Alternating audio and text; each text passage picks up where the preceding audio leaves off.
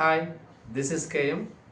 அன்பு மாணவ செல்வங்களே, அருமை ஆசிரியர் சகோதரர்களே, சகோதரிகளே, நண்பர்களே, கணித ஆர்வலர்களே, உங்கள் அனைவருக்கும் எனது இனிய வணக்கத்தை தெரிவிப்பதில் மகிழ்ச்சி அடைகின்றேன்.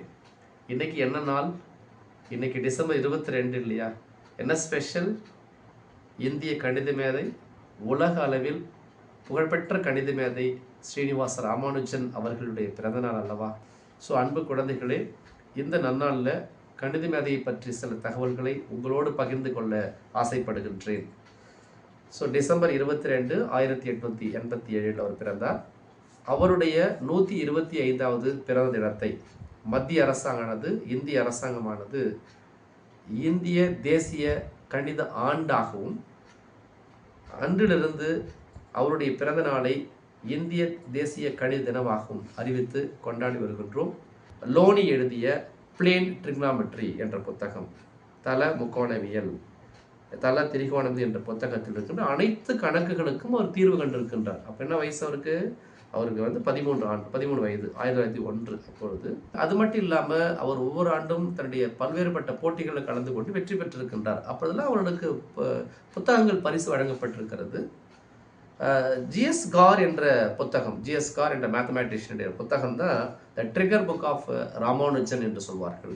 கணிதத்தினுடைய ஆர்வத்தை, அவருடைய சிந்தனையை தூண்டக்கூடிய புத்தகமாக அமைந்தது ஜிஎஸ் கார் அவர்களுடைய புத்தகம் தான். அது 2 வேல்யூம் வந்திருக்கிறது. என்ன அதனுடைய ஸ்பெஷல் அப்படி பார்த்தீங்கன்னா, ஸோ 1860 வரை உலக அளவில் கண்டுபிடிக்கப்பட்ட சூத்திரங்கள், ஃபார்முலா, ஓகேவா, இந்த முடிவுகள், இது எல்லாருக்குமே ஒரு ஜிஸ்ட் போல இருந்திருக்கிறது அந்த புத்தகம். ஸோ அந்த புத்தகத்தினுடைய பேர் A Synopsis of Elementary Results in Pure and Applied Mathematics என்ற புத்தகம் தான் ராமானுஜத்தை இந்த கணித மேதையாக உருவாக்கிய ஒரு மிகப்பெரிய புத்தகமாக இருந்திருக்கிறது. ஸோ எனவே அருமை மாணவ செல்வங்களே, புத்தகம் படிக்கின்ற பழக்கத்தை நீங்கள் வளர்த்து கொள்ள வேண்டும். ஏன்னா இன்னைக்கு பாடப்புத்தகை படிப்பதற்கே குழந்தைகள் சிரமப்படுகிறார்கள். ஏன்னா பாடத்திற்கு அப்பாற்பட்டு எந்த அளவுக்கு நாம் புத்தகங்களை படிக்கின்றோமோ, அது கணித மேதைகளுடைய புத்தகமாக இருக்கலாம், வரலாற்று புத்தகமாக இருக்கலாம், இலக்கிய புத்தகமாக இருக்கலாம், அறிவியல் சார்ந்த புத்தகங்களாக இருக்கலாம், பல சாதனையாளர்களுடைய புத்தகங்களாக இருக்கலாம். பல்வேறுபட்ட புத்தகங்களை படிக்கின்ற பழக்கம் என்பது மிக மிக அவசியமானது. யார் ஒருத்தவங்க அந்த படிப்பதில், வாசிப்பதில் ஆர்வமாக இருக்கிறார்களோ அவர்கள் தான் மிகப்பெரிய சாதனையாளர்களாக வளர்ந்திருக்கிறார்கள். எஃப்ஏ டிகிரி எழுதுறாரு. கணிதத்தின் மேல் இருக்கிற ஆர்வத்தில் மேத்ஸில் நல்ல மார்க் எடுக்க முடியுது, மற்ற பாடங்களில் அவ்வளோ கவனம் செலுத்த முடியல. எனவே குடும்ப சூழ்நிலை காரணமாக அவர் வேலைக்கு போக வேண்டிய சூழ்நிலை ஏற்படுகிறது. எனவே சென்னை போர்ட்டில் ஒரு எழுத்தராக கிளர்க்காக போகிறாரு. அப்போது மாத சம்பளம் பார்த்தீங்கன்னா 30 ரூபீஸ், 30 ரூபா. அங்கே வேலை செய்து கொண்டிருந்த பொழுது தன்னுடைய தொடர்ந்து ஆராய்ச்சிகளை மேற்கொண்டு தான் வரார். நிறைய எழுதிக்கிட்டே இருக்கிறார். ஸோ அப்போ 1914ஆம் ஆண்டு முதல் 1919 வரை 5 ஆண்டுகள் லண்டனில் கேம்பிரிட்ஜ் யூனிவர்சிட்டி ட்ரினிட்டி கல்லூரியில் அவருடைய கணித ஆராய்ச்சி மாணவராக இருந்திருக்கிறாரு. ஸோ ஜிஹெச் ஹார்டி அவருடைய மிகப்பெரிய வாழ்க்கையில் ராமானுஜன் இந்த அளவுக்கு மிக சிறந்த ஆராய்ச்சியாளராக, கணித மேதையாக உருவாவதற்கு முக்கியமான பங்கு எடுத்துக்கிட்டன ஜிஹெச் ஹார்டி அவர்கள் தான். ஏன்னா அங்கே பிஏ பட்டம் அவருக்கு கிடைக்கிறது, லண்டன் கேம்பிரிட்ஜ் யூனிவர்சிட்டி. அது மட்டும் இல்லாமல் எஃப்ஆர்எஸ் ஃபெலோஷிப் ஆஃப் ராயல் சொசைட்டியினுடைய பட்டம் அவருக்கு கிடைக்குது. இன்றைக்கு பார்த்தீங்கன்னா அது முனைவர் பட்டத்திற்கு, பிஹெச்டிக்கு இணையான ஒரு பட்டம். ஸோ ராமானுஜன் அவர்கள் 37 ஆய்வு கட்டுரைகளை சமர்ப்பித்திருக்கின்றார். அதில் சுயமாக 30 ஆய்வு கட்டுரைகளையும் ஜிஹெச் ஹார்டியோடு இணைந்து 7 ஆய்வு கட்டுரைகளும் சமர்ப்பித்திருக்கிறார்.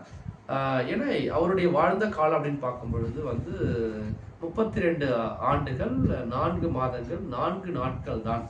ஸோ இப்படிப்பட்ட மாபெரும் மனிதர் 80 ஆண்டுகள் 90 ஆண்டுகள்லாம் வாழ்ந்து தான் சொன்னால் எத்தகைய மிகப்பெரிய ஆராய்ச்சிகளை, எத்தகைய தேற்றங்களை, நிரூபணங்களை, எவ்வளோ எடுகோள்களை, எவ்வளோ ப்ரிப்போசிஷன்ஸ் செய்திருக்க முடியும் என்பது மிகப்பெரிய வியப்பில் ஆழ்த்துகிறது.